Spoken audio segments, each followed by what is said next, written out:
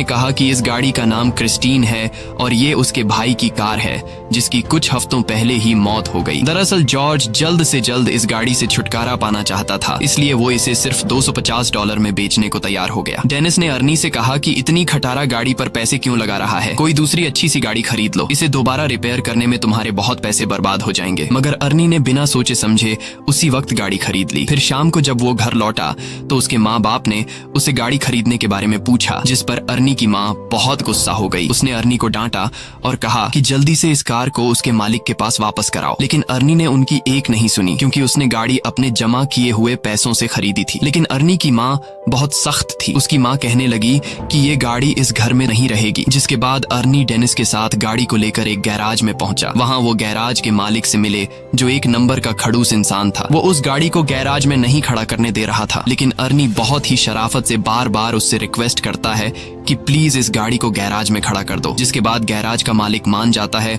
और अर्नी को वहां अपनी गाड़ी रखने की इजाजत दे देता है। रास्ते में डेनिस ने अर्नी से पूछा कि उसने क्रिस्टीन जैसी घटिया और खटारा गाड़ी क्यों खरीदी। इस पर अर्नी ने कहा कि उसने ये गाड़ी नहीं चुनी, बल्कि इस गाड़ी ने उसे चुना है। अगले दिन स्कूल में डेनिस लंच के दौरान अर्नी का इंतजार कर रहा था। काफी देर तक जब अर्नी नहीं आया तो वो उसे ढूंढने निकला। तब उसने देखा कि बड़ी नाम का एक बदमाश लड़का अर्नी को परेशान कर रहा था और उसका लंच बॉक्स लेकर अर्नी को चाकू से धमका रहा था। डेनिस ने बीच में आने की कोशिश की, तभी बड़ी ने लंच जमीन पर फेंक दिया और अर्नी को उस पर गिरा दिया। इससे बेचारे अर्नी का चश्मा गिर गया तो बड़ी ने उसे अपने पैरों तले कुचलकर तोड़ डाला। उसके बाद बड़ी अर्नी की हालत पर हंसने लगा, पर तभी डेनिस ने मौका देखकर बड़ी पर हमला कर दिया। उसी समय बड़ी की गैंग ने डेनिस को घेर लिया। तभी जल्दी ही एक टीचर ने वहां आकर लड़ाई रुकवाई। अर्नी ने टीचर को बताया कि बड़ी ने उसे चाकू से धमकाया है, लेकिन बड़ी ये मानने को तैयार नहीं था। तब टीचर ने उसे अपनी जेब खाली करने को कहा, तो बड़ी जेब खाली करते वक्त उसकी जेब से वही चाकू निकला। आखिरकार टीचर ने बड़ी और उसके गैंग को ऑफिस में भेज दिया, जिसके बाद बड़ी को स्कूल से निकाल दिया गया। इसी तरह कई हफ्ते बीत गए